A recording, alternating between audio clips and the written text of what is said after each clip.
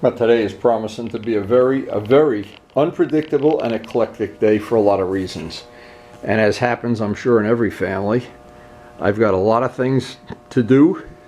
I don't know what I'm going to do first, but the first thing I wanted to do, for the benefit of Turbo Steve, is show him how beautifully his tank dried up. I don't think that could be any better. That's just perfect. So if it turns out that it warms up enough that I can paint in about an hour, I'd like to get that. The plan would ultimately be to get the next color on. I got to lay out the stripe. I have a picture to work off. Backmask it and paint the black part of it. Always want to do the red last because I don't want to have any fingerprints or anything. That's the dominant part that you're going to see. So I hope that's going to work out and the weather's going to play out temperature wise. It's really a little on the chilly side right now. It's still in the 30s. But this time of year, that's the challenge for me, is we have a lot of things all going at the same time. And a lot of projects we haven't even started yet. A lot of projects we're still dreaming about. We haven't even figured out exactly what we are going to do. But every day, I'm going to remind myself, George Venturini, the late George Venturini, used to remind me, dreams are free. And I'm trying to work around this thing of get Turbo Steve his tank done, because he wants to go to the Javits show, which is about, well, 3 weeks, a month away, I'm not sure. And he's going away. So we're working around, bouncing around. So I really am going to try to give some priority to get that tank done in the next week or so. And I have the little pattern, a rough pattern for the part that I want to make, the carbon fiber part. I made the sheet up the other day. I'll see if that is going to work out to my favor. Well, you never know. Everything about this project, we haven't really even started it yet. I still want to get a couple of rides in. In fact, if the weather agrees with me. But the thing is, both sides are different, but I wanted to make up the piece of carbon just to show how I would go about doing that. But, well, talk is cheap. I got to get busy. And the most important thing, my fish are hungry and I haven't had coffee. Now, some people may not know, we don't feed our fish over the whole winter, but we feed them right up till it really gets cold, and we're sneaking up on that right now. But see, they don't have the interest in food they do when the temperature's warmer. And then they hibernate all winter without being fed. And we never starve the birds. They eat all through the winter. Unlike the fish, they don't hibernate. Unlike Grandpa Windy, they don't hibernate at all.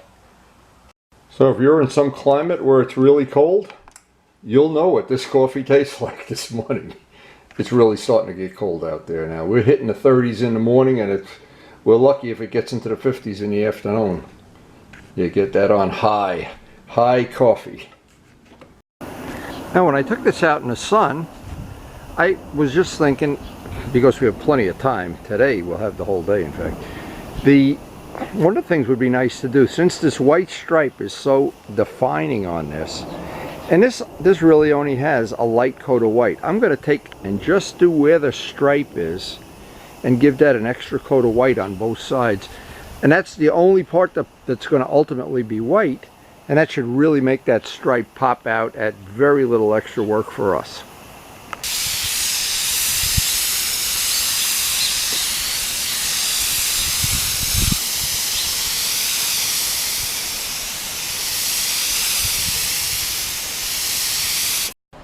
My point is, when you have a white stripe, in this case we have a 1/4 inch white stripe separating two colors, just this extra little coat of white will make that white pop just a little bit more, and that really does make a difference. Now I did the same thing with the white. When I thought it was white, I gave it one extra coat, and it was worth it, because even when I'm doing a photo shoot, looking at how that white it separates. It just really is, I think it's an important part. And the same thing with the green bike, that white, I do remember that. And I do remember even in modeling how important it was. The white stripe was the defining thing. And then anytime you're doing Yamaha ladders, just as an example, that white has to be white, white, white. Not, well, maybe it would have been okay and nobody would have noticed, but since Steve is going to bike shows with this bike, and we want to stack the deck in his favor.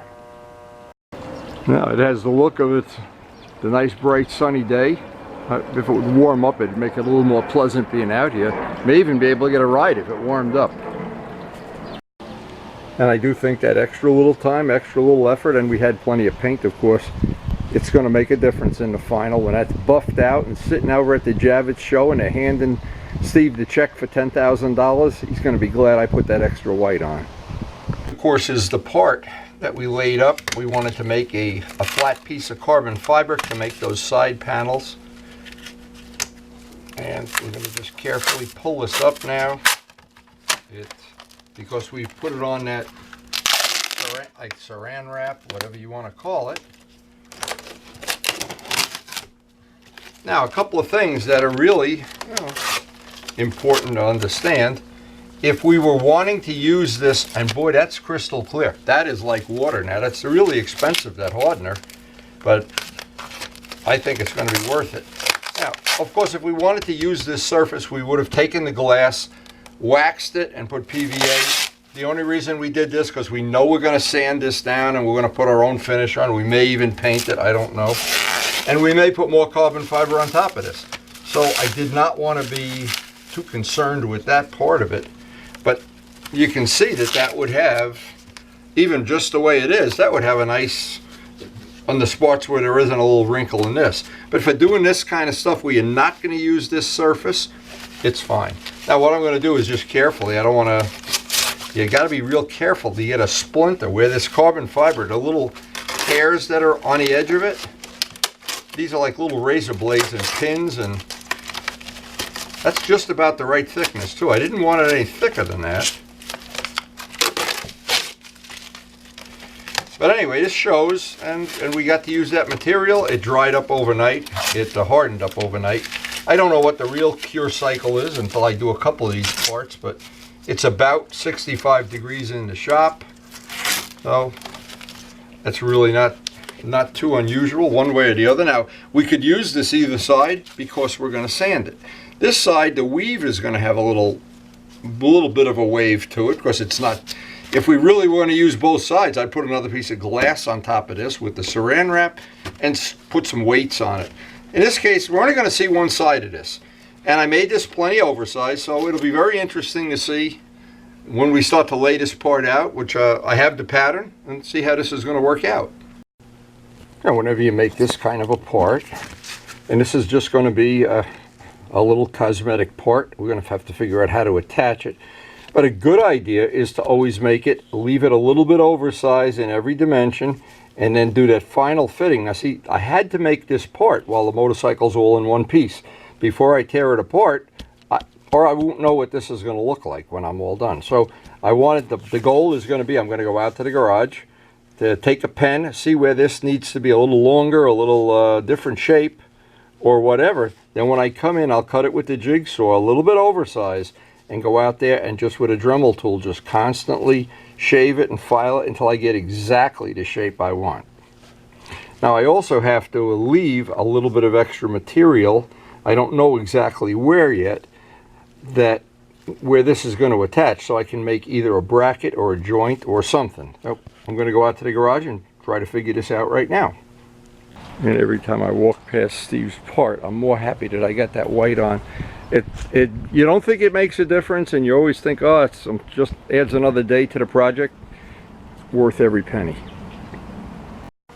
Now, by doing all the photos I've done, I've looked for what I want to change, and it's very subtle, but it's very important. See, to me, this has the look of, it's unfinished. There should be a panel here. That's what Kawasaki somehow decided they didn't want to see the panel or whatever. Well, this looks pretty much like, I'm just going to guess, the size. In fact, let me do it a different way.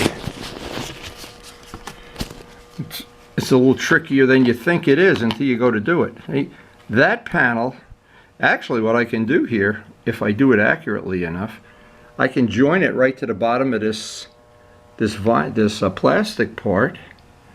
Yeah, that will probably work pretty good if I can do it. So I'll leave that upper edge long enough that I can just basically drop that down. When I'm done, I've got to get that round part just right. I've got to get about 3/8 of an inch bigger on the top, so I'll make a little notation that. and leave this radius. I gotta come out and measure that radius so I get that right. And then I'll have to do a custom fit and get that so it just leaves about 1/8 of an inch of clearance in the back. But you know what? When I've done the sketches and the photo shoot, that's a critical part to making a bike look just a little bit unique. And actually, it's not going to be that big of a deal to make it, but it better be right. It better have accurate fits and finishes. And it's going to have, when we're done, of course, a mirror finish, or it'll be black, or it'll be, I even thought about taking that part and putting one piece of carbon fiber over this whole part, making that whole part carbon fiber. Not sure how I'm going to do that. But that's the fun of doing this, is you have ideas, you change the ideas, you move things, just like our little trim. And as long as before you actually put the clear on it, you can change it, and you can do all these things that you want to do. Now with the cover off, it's kind of easy to figure this out. If I want to maintain an 1/8 inch clearance there, that's going to be fine. But I want to have a 3/8 lip on that, a 1/2 inch further back, because see, this does not tie into the back. And then I'll fine tune it and get it exactly right with the Dremel tool. And I took the cap off here so I can make that impression exactly the shape it should be. And that looks like, now having that template with all these dimensions, the next step is to go find a piece of cardboard and make another template. Well, it pays to, it's like building a foundation of a house. Until we get this template exactly the way we want, and then we'll go cut that piece of carbon fiber very accurately. And then we can come out, actually what's nice is, just like these, the vinyl stickers, the templates, we can come out and see what it's going to look like in real life before we actually decide whether we want to paint it, carbon fiber it, clear it. And the only way you know is, I find, you put the bike together in one piece and just take a look at it. See, and I wonder, with that piece glued to this piece, it'll just have a glue seam in the back, it'll have reinforcements. That piece comes off, on and off very easily once you take the seat off. Then what's going to make this really a decision is if I want to sand this all down, get that texture off of there, and put one piece of carbon fiber right up over the whole thing. That'll look like, that'll kind of have a, well, it'll almost look like those little arrowheads. But again, I don't know. This design part of this is, it's a lot of back and forth. And just like figuring out the things for the FZR headlights and different things that we did on every one of the bikes, there's always decisions, and then halfway through the build you change it, and halfway through you go back to the original way. But what happens is, and here's the perfect example with the FZR, in the end you have a bike that's fun to ride, and it's a keeper for the rest of your life. You get to keep the bike. So I've got a piece of cardboard. This is all I need. I can trace this cover out. And again, this is just everything a little oversized, and then a final fit I'll do with a Dremel tool. Now I have this in place. I know that has to butt up against that, and right now I have that right where I want it. So for right now, I'm going to extend this out, and I'm going to extend this out so that I have enough material on here to make a joint. The bottom was pretty accurate, actually not bad, so I'll leave what I call leave the pen line on, just leave, or 1/8 of an inch. And the back I wanted to make it oversized so I could butt this up against the plug. Let's just add plenty here. We can always alter that. So you can always take some off, but I want the pattern to be as accurate as possible. And of course the other side is going to be totally different. And by the way, if you wanted to, you could make this piece out of aluminum. You could make it out of any other, you know, I could have made it out of 1/8 inch balsa wood and covered it with carbon, but I thought just demoing how that carbon was made would be something nice to have on a video. So you can see from the original piece how much bigger that piece got, and that's why I made the piece of carbon a little bit bigger. And I've added in all of the angles. And the one mistake you can make, it really makes you frustrated too, is if you made this too small. If it's too big, you can keep chopping it, cutting it, sanding it, doing whatever you want. So as I make any template for any part, I want it to be big and then hand fit it. Just never make it too small. All right, back out to the garage. Now, I don't know how other people feel. If this is a part Kawasaki should have made. It just gives this area a finished look. They've got everything finished in this big unfinished area. But now the decision is, and of course it's in oversized mode. I can get it accurate here, and I have a lot of choices. I can make this a curve, a straight line. Since a lot of things on this bike are angles, well, that comes into it. I see up here, if I continue this further forward, I can cover up that little blank spot, get that quarter inch more up in the front. That'll be nice. And see, I'll do this part last, because what's going to happen here, when I make the part, I'm going to cut this, and this part is going to start walking this way. And then if I leave this to the very end, then I can put this as the last thing once I have everything finalized. But now, just if you go through this step by step, there may be some good information here, and maybe something that would be interesting to you. I don't know. Now, I also thought of, there's other things. I can paint this piece gold or something. I'd really like that idea. But I think eventually what I'm going to want to do is paint the shock spring black. I know I want to paint the forks black. Those are two things that they're on my list of stuff for this build. So the next part, and as I look at this worked out just perfect. The next part is to make another pattern where this is extended forward, and I get this fit a little more accurate, and that won't be real difficult to do. Then the reason this is because our family, we eat 3 boxes of Cheerios a week, so I got plenty of material. But just being able to slide that forward, right, it almost sits there by itself. And actually, like that, it's one of the things I could actually glue that part on, make the attach. I think it's just going to get glued on, and go ride the bike with that part in place.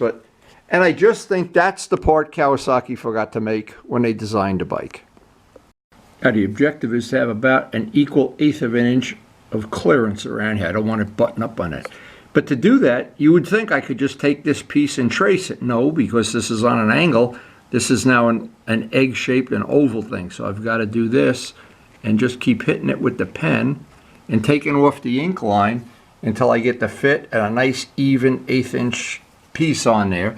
And in this piece, I'll have to just imagine when I make the next template. But boy, I put a lot of time in this. So, I can also marry it up to this point here. So if I decide to cover this with carbon, this will have a flat and again, I'm getting the horse ahead of the gefilte fish here.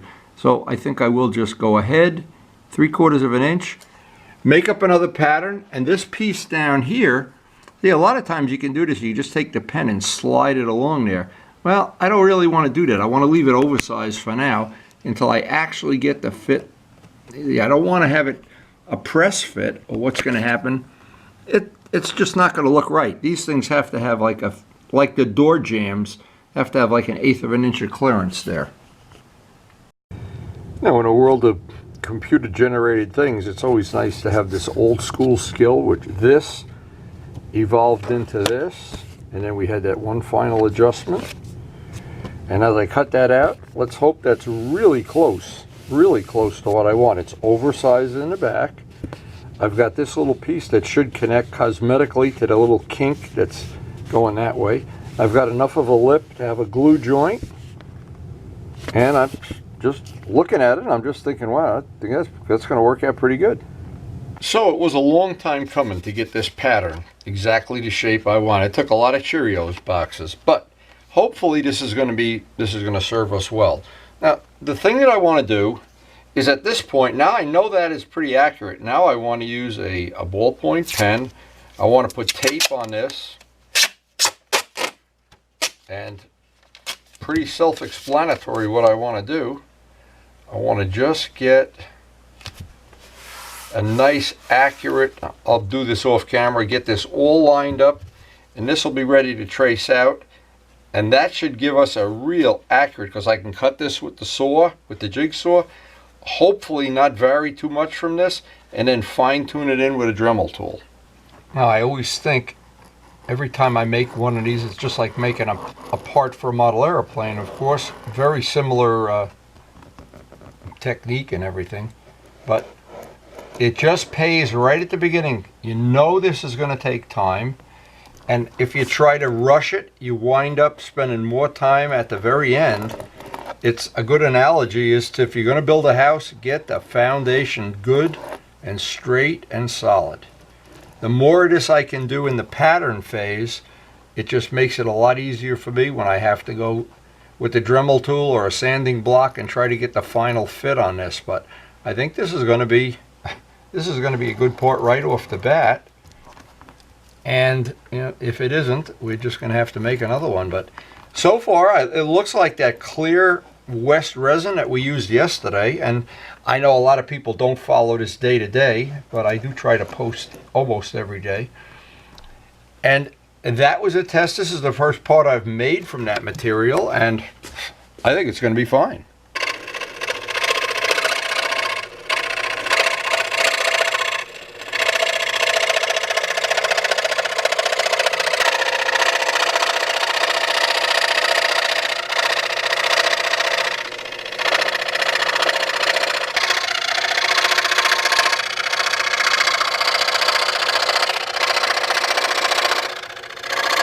Now, it just pays to sand both sides of it, because one side is going to be a glue seam and the other side is going to get a finish. I want to get a rough something that the paint can get a bite into. And this resin, by the way, sands beautifully. With the clear hardener, doesn't seem to make any difference at all. And also, this little sander that we used, it just couldn't be any better. Now, I just got the piece held up in place. There's nothing even holding it. It's just stuck in there. But that, I think, is going to be, again, from looking at concept sketches and everything, I think that's going to be one of the more important things. Once that's permanently installed, and what I'll do is I'll make the other piece for the other side before I install anything, but it does, in a very subtle way, change the look of a bike, and I kind of like it. And then I always have the choice, and it's going to be a hard choice, to take this whole piece and carbon fiber, one layer of carbon fiber over it. Not sure about that. So Turbo Steve's tank dried up. It's back in the house. I always like to let paint sit overnight. It's got the extra white. It's going to make that stripe pop. We'll work on that in the next couple of days. This piece, we got it roughed out. I want to rough the other piece out. Get ready to install it. I want those, hopefully, have them installed on the bike and make sure they go on and off without any problems before I decide whether I'm going to paint them, put clear on them, or whatever. And that's the beautiful thing here. I have a lot of choices. And I haven't eliminated that idea of just doing a carbon fiber for the whole piece. And then if I don't like it, the problem is then I got to go buy a pair of these at 25 bucks each from Partzilla. Anyway, it's a really productive day, and I know Turbo Steve's going to be happy when he sees that little extra white on a tank. So, and this project is going to go on now for the next, who knows how many months, and into the new year. And I hope you'll join us for future videos. And we try to post every day, but every once in a while we miss a day. Anyway, and I do hope you enjoyed the video, and thanks for watching.